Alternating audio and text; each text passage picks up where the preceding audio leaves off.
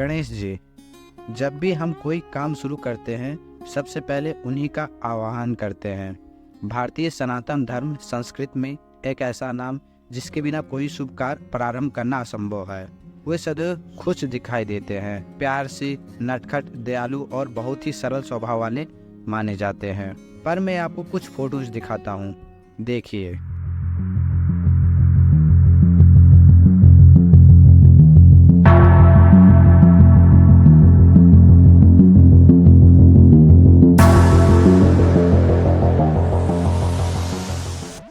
क्या हुआ, अलग महसूस हुआ ना? यह है उच्छिष्ट गणपति। इससे पहले शायद ही आपने इन्हें कभी देखा होगा, है ना? हम गणेश जी को कई नामों से बुलाते हैं। विनायक, गजानन, विघ्नहर्ता, बुद्धिपति, दुखहर्ता, वक्रतुंड, एकदंत, लंबोदर, गणपति। और इसके अलावा भी उनके अनेकों नाम हैं।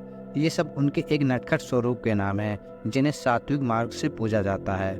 परंतु गणेश जी से संबंधित गणपति संप्रदाय, जहाँ गणेश जी प्राथमिक देवता है, वहाँ गणेश जी को 32 और रूपों में पूजा जाता है। गणपति संप्रदाय में गणेश जी के इन 32 रूपों में से एक है उच्छिष्ट गणपति, जिनकी साधना या भक्ति वामाचार मार्ग से की जाती है। जैसे एक सिक्के के दो पहलू होते हैं, वैसे एक उच्छिष्ट गणपति शांत, सरल, सौम्य और सात्विक दिखाई देने वाले गणेश जी का एक तांत्रिक पहलू है। इन्हीं को अघोर गणपति कहा जाता है। उनके इस अति भयावह दिखने वाले रूप में वे एक देवी के साथ विराजमान है, जो कि उनकी गोद में नग्न अवस्था में बैठी हुई है। और ये चित्रण उनके सामान्य चित्रण से पूरी तरह भिन्न है। इन्हें घर में नहीं पूजा जा सकता। इनके इस रूप से एक बहुत डरावनी वास्तविक कहानी भी जुड़ी हुई है। इस वीडियो में हम गणेश के तांत्रिक स्वरूप और मोस्ट इम्पॉर्टेंटली उनके अघोर गणपति रूप की चर्चा करेंगे। इसके साथ ही शिव जी द्वारा गणेश का मस्तक काटे जाने का क्या रहस्य था और उनके इस स्वरूप का शिव शक्ति कुंडली और मूलाधार चक्र से क्या संबंध है, इस पर भी चर्चा करेंगे। इसलिए वीडियो को पूरा जरूर देखिएगा।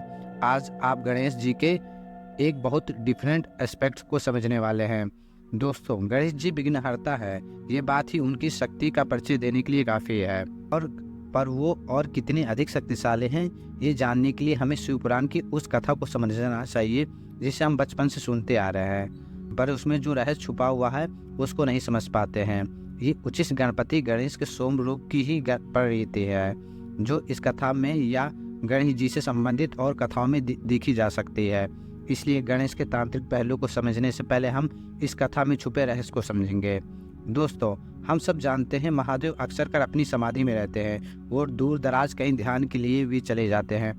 ऐसे ही एक बार भगवान शिव कैलाश पर नहीं थे। माता पार्वती काफ़ी अकेले थी, कार्तिकेय भी उनके पास नहीं थे। इसलिए एक बार माता पार्वती ने अपने शरीर पर लगे चंदन के लेप को छुड़ाते वक्त शरीर से उतरे मैल से माता ने एक बच्चे की मूर्ति बनाई और फिर उसमें जान फूंक दी। इस तरह उनके प्रिय पुत्र विनायक अस्तित्व में आए। कुछ समय बाद जब माता पार्वती स्नान करने गई तो वह विनायक को बाहर पहरा देने और यह सुनिश्चित करने को कहकर गई कि भीतर कोई भी प्रवेश न कर पाए। परंतु जब विनायक पहरा दे रहे थे तभी भगवान शिव बरसों बाद वापस लौट कर आए और सीधे माँ पार्वती के पास मिलने चले गए। परंतु विनायक ने उन्हें रोक दिया। शिव जी ने विनायक का परिचय जानकर उन्हें बताया कि वह उनके पिता है, इसलिए उन्हें भीतर जाने दे। परंतु विनायक मानने को तैयार नहीं हुए। उन्हें सबने समझाया पर वो किसी की बात नहीं सुनते। इससे भगवान शिव बहुत क्रोधित हो गए और इस क्रोध में उन्होंने विनायक पर अपने त्रिशूल से प्रहार कर दिया। फिर क्या था, विनायक का मस्तक कट गया। तभी माँ पार्वती बाहर आई और अपने पुत्र की मृत्यु हो चुकी देख हुए दुर्गा स्वरूप में आकर समस्त सृष्टि का संहार करने को तत्पर हो गई। सभी देवताओं ने उन्हें रोका, परंतु माँ ने शर्त रखी कि पहले उनके पुत्र को जीवित किया जाए। तब भगवान शिव ने एक गज मुख लगाकर विनायक को जीवित किया। वही बालक गणेश जी हैं। दोस्तों, ये कथा एक घटित घटनाक्रम नहीं बल्कि इसमें सृष्टि से हमसे संबंधित एक गूढ़ रहस्य छिपा है। यदि इसे जान लिया जाए तो फिर कुछ भी असंभव नहीं, और वो रहस्य जुड़ा है कुंडली जागरण से। दोस्तों, इस कथा में माँ पार्वती कुंडली ऊर्जा है, शक्ति जो मनुष्य के शरीर में मूलाधार चक्र में निवास करती है, परंतु समानता ये मानव देह में सुषुप्त या सोई हुई अवस्था में रहती है। जहाँ भगवान शिव आत्मा का स्वरूप है, वे परमात्मा है और गणेश जी इंद्रियों के अधिपति है। ये मूलाधार चक्र की देवता है। जब भी कुंडली शक्ति मूलाधार से आज्ञा चक्र की ओर बढ़ने लगती है तो जागृत होना प्रारंभ होती है, और जब ये सहस्त्रार चक्र तक पहुँच जाती है तो चेतन अवस्था को प्राप्त कर लेती है। चेतन अर्थात आत्मा या शिव, इनका ये मिलन शिव शक्ति विवाह है। दूसरे शब्दों में कुंडली जागरण। जब माता सती के देह त्याग से शिव से दूर हो जाती हैं, तब वो फिर जन्म लेती हैं, तप करती हैं ताकि शिव को पुनः प्राप्त कर सके, परंतु शिव स्वयं ही आत्मा समान उनसे दूर रहते हैं। यहाँ तक कि भेष बदलकर उनके सामने शिव जी स्वयं अपनी बुराई करते हैं। माता पिता जो कि बुद्धि और मन का प्रतीक हैं, वो भी बाधाएं उत्पन्न करते हैं, परंतु माता ध्यान करती हैं, एकाग्रचित होकर स्वयं शिव से मिलन के लिए आगे बढ़ती रहती है। ये प्रक्रिया कुंडली के मूलाधार से सहस्त्रार तक बढ़ने की प्रक्रिया है। वे सभी बाधाओं को पार कर जाती हैं, शिव से उनका विवाह होता है। ये विवाह कुंडली जागरण है। इसके बारे में ज़्यादा डिटेल से हम कुंडली जागरण की सीरीज में समझेंगे। अभी के लिए इतना समझना है कि कभी कभी जब कुंडली मूलाधार पर बहुत अधिक हावी होने लगती है तो आत्मा परेशान होने लगती है, ध्यान चाहने लगती है, शांति तलाशती है। यही कारण है शिव इस गृहस्थी से दूर, मूलाधार की ऊर्जा दूर कई ध्यान या समाधि के लिए चले जाते हैं। तब उनसे दूरी के समय माँ अपने शरीर से हल्दी चंदन के लेप के मेल से गणेश जी का निर्माण करती है, और क्योंकि गणेश जी का जन्म मैल से हुआ था, वे अहंकार से भरे हुए जीव का प्रतिनिधित्व करते हैं। महादेव को गणेश को सत्य से अवगत कराने के बाद भी वो सत्य नहीं स्वीकारते हैं। इस कथा में वो मूलाधार चक्र के रक्षक देवता है। वो कुंडली के सामने ढाल बनकर खड़े रहते हैं। इसका एक उद्देश्य इस रहस्य को अपरिपक्व दिमागों से बचाना भी है, क्योंकि माता पार्वती कुंडली रूप में शरीर पर अपना प्रभुत्व चाहती है, उस माया को बरकरार रखना चाहती हैं, इसलिए वो नहीं चाहती कोई भी भीतर प्रवेश करे। गणेश जी पूर्व उन्होंने नंदी को भी दौर रक्षा का कार्य कई बार सौंपा था, पर नंदी तो शिव भक्त ठहरे। वो शिव को नहीं रोक पाते। वे तो इन दोनों के मिलन का कारण बनते हैं। वो पूरी तरह शिव को समर्पित है, इसलिए अहंकार का कोई कारण नहीं रह जाता। इसलिए माता पार्वती गणेश को दौर पर खड़ा करती हैं, और गणेश जो कि शिव शक्ति मिलन में बाधा बन रहे हैं, शिव अपनी त्रिशूल से उस बाधा को काट देते हैं। गणेश रूपी ग्रंथि को काटकर वो आगे बढ़ते हैं, परंतु उनकी माता न केवल उन्हें जीवित कराती है, बल्कि ढेरों शक्तियाँ भी उस दिन गणेश जी को प्राप्त होती है। पहले तो यही बड़ी बात है कि वह शिव शक्ति के मिलने से कुंडली को जागृत होने से रोक सकने की शक्ति रखते हैं। मूलाधार में मौजूद इस शक्ति को जागृत करके हमारे ऋषियों की तरह दिव्य शक्तियाँ का स्वामी बना जा सकता है। पर गणेश उस शक्ति के रक्षक है, तो वे कितने शक्तिशाली होंगे उसका अंदाजा भी नहीं लगाया जा सकता। पुराणों के अनुसार गणेश जी ने एक क्षुधासुर का वध कर पूरी धरती को उसके रक्त से रंजित कर दिया था। ऐसे राक्षस अनलासुर, जिसे देव दानव सभी दुखी थे, इस आग उगलते वाले राक्षस जिसे हराना असंभव माना जाता था, गणेश जी ने उसे एक बार में अपने मुख में निगल लिया था। इसके अलावा गणेश जी ने 8 प्रमुख अवतार लिए थे, जिनके नाम है एक दंत, वक्रतुंड, गजानन, लंबोदर, महोदर, विकट, विघ्नराज और धूम्रवर। ये सभी अवतार गणेश जी ने असुरों के वध हेतु लिए थे। इन सब अवतारों को सात्विक मार्ग से आज भी पूजा जाता है, और वैसे भी सभी लोग अपनी अपनी आस्था के अनुसार ईश्वर को पूजते हैं। इसके लिए सनातन धर्म पूजा पद्धति 4 मार्गों से की जाती है: दक्षिणा मार्ग, वाम मार्ग, कोला मार्ग और समय मार्ग। इनमें से दक्षिणा और वाम मार्ग बहुत अधिक प्रचलित है। दक्षिणा मार्ग, इस मार्ग में वही सब आता है जो हम अपनी रोजमर्रा के जीवन में देखते हैं, मतलब शांतिपूर्ण सात्विक भक्ति की जाती है। दूसरा वाम मार्ग में तंत्र साधना मतलब तांत्रिक भक्ति की जाती है, और गणेश के वैसे कई रूप है जिन्हें वाम मार्ग से ही पूजा जाता है, जिनके बारे में अघोरी या तांत्रिक इत्यादि सबसे बेहतर तरीके से जानते हैं, क्योंकि ये हमारी रोजमर्रा की जिंदगी में बहुत प्रचलित रूप नहीं है। बताया जाता है जब नटखट चुलबुले खुशमुख गणपति क्रोध में आते हैं तो भयंकर अवतार ले लेते हैं। गणेश जी के ऐसे 32 अवतार हैं, जिन्हें गणपति से संप्रदाय में तंत्र मार्ग से पूजा जाता है। उन्हीं में से एक है उचिष्ट गणपति। ये गणेश का बेहद शक्तिशाली अवतार है। उचिष्ट का मतलब है बचा हुआ। जो भी भोजन खाते वक्त हमारे मुख सलाइवा से गिरा हुआ बच जाता है, जो कि सामान्य पूजा पद्धति में बहुत हेय दृष्टि से देखा जाता है। मंत्र महावर्ण के अनुसार इनका सिर हाथी का है और इनका रंग लाल है, और उत्तर कामिकागम में उनके रंग को काला बताया गया है। कई बार इनका रंग नीला भी दर्शाया जाता है। इनकी 4 और कभी 6 भुजाएं हैं, और ये कमल के आसन पर बैठते हैं। ये रत्नों से जड़ा हुआ मुकुट धारण करते हैं, और ये 3 नेत्रधारी हैं। वे महामंत्र वर्ण के अनुसार अपने हाथों में बाण, धनुष, पास, अंकुश धारण करते हैं। वहीं उत्तर कामिकागम में कहा गया है कि गणेश जी के 4 हाथों में नीला कमर, पास, अंकुर और गन्ना शोभित है। उचिष्ट गणपति एक स्त्री शक्ति के साथ विराजते हैं। उत्तर कामिकागम के अनुसार इनका नाम विघ्नेश्वरी मिलता है। ये देवी गणेश जी की बाईं जांघ पर बैठी हैं और कोई वस्त्र धारण नहीं करती हैं। गणेश जी के इस रूप पर उनका कामुक अवतार माना जाता है। यहाँ वे देवी के साथ काम क्रीड़ा में संलग्न हैं। अघोर गणपति इन चित्रों में गणेश जी की सूर देवी और गणेश जी के घनिष्ठ संबंध को दर्शाती है। यहाँ देवी की गोद में एक मोदक से भरी प्लेट होती है और गणेश जी लड्डू को उठाते हुए देवी के जनांगों तक पहुंचाते दिखाई देते हैं। वास्तव में इस रूप का कारण एक असुर वध से जुड़ा है। दोस्तों, विद्यावान नाम का एक असुर था जिसने ब्रह्मादेव को प्रसन्न करके उनसे वर प्राप्त कर लिया था। उसकी मृत्यु मात्र वैसे व्यक्ति के हाथों हो जो न नर हो न मनुष्य और मारते समय अपनी स्त्री के साथ रति क्रिया में लिप्त हो। शायद उसे लगा होगा कि ऐसी परिस्थिति में उससे कौन युद्ध करेगा। ब्रह्मादेव ने उसे ऐसा वरदान दे दिया।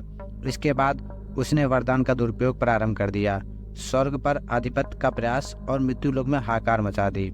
इसलिए सभी देवताओं ने गणेश जी से प्रार्थना की कि वे उस राक्षस का वध करें, क्योंकि गणेश जी का शरीर मनुष्य का था और मुख हाथी का। इसलिए ऐसे पहली शर्त पूरी हो रही थी। इसके बाद ऋषियों ने मंत्रों के माध्यम से यज्ञ से नील सरस्वती या विघ्नेश्वरी नामक देवी का आवाहन किया।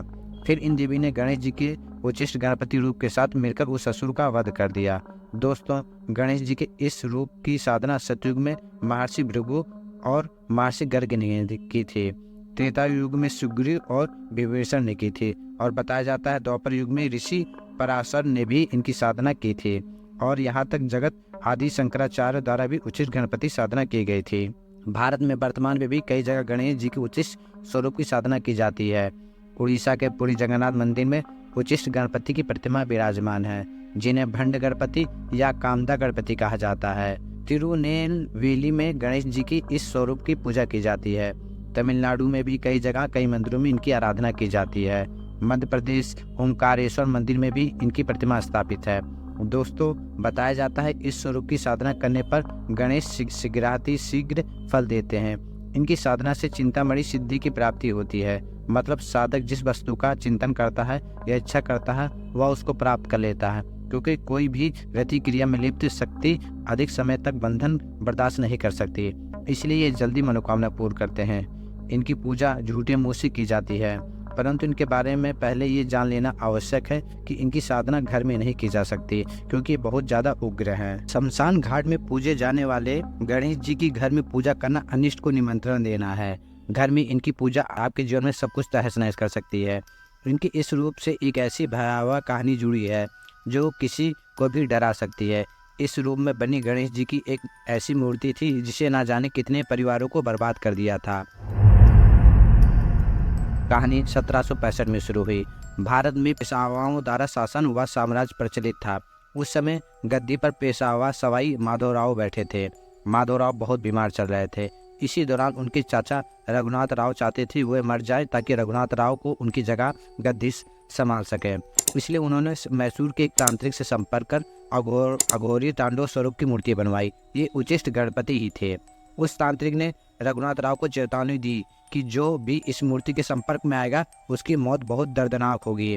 वह इस मूर्ति को अपने साथ ले आए, परंतु रघुनाथ विफल तब हो गए जब माधवराव की मृत्यु के बाद पेशवा उनके छोटे भाई नारायण राव को बनाया गया, पर वह इस मूर्ति के चपेट में आने से ना बच सके। उनके पेशवा बनाए जाने से नाखुश रघुनाथ राव और उनकी पत्नी आनंदीबाई ने उनकी हत्या का षड्यंत्र रचना प्रारंभ किया। उनके इस षड्यंत्र के कारण हत्यारों का एक समूह शनिवाड़ा में दाखिल हुआ ताकि नारायण राव की हत्या की जा सके।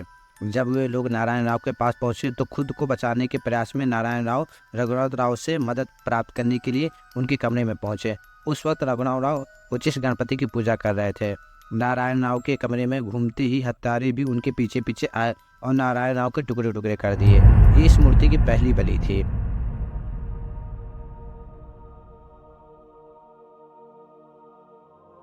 पर रघुनाथ राव को भी शांति नहीं मिली। उसने अपने लोग उसके खिलाफ षड्यंत्र रचने लगे, इसलिए वह अलग जगहों पर भटकता फिरा। फिर पूना में एक बीमारी से उसकी मृत्यु हो गई।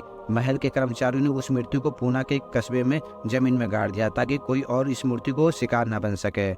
इसके बाद पता नहीं कैसे पर कुछ समय बीतने के बाद ये मूर्ति सतारा के साधु के घर पहुंची। बताया जाता है इस बीच ये मूर्ति जिस जिसके हाथों से गुजरी उसका पूरा परिवार नष्ट हो गया।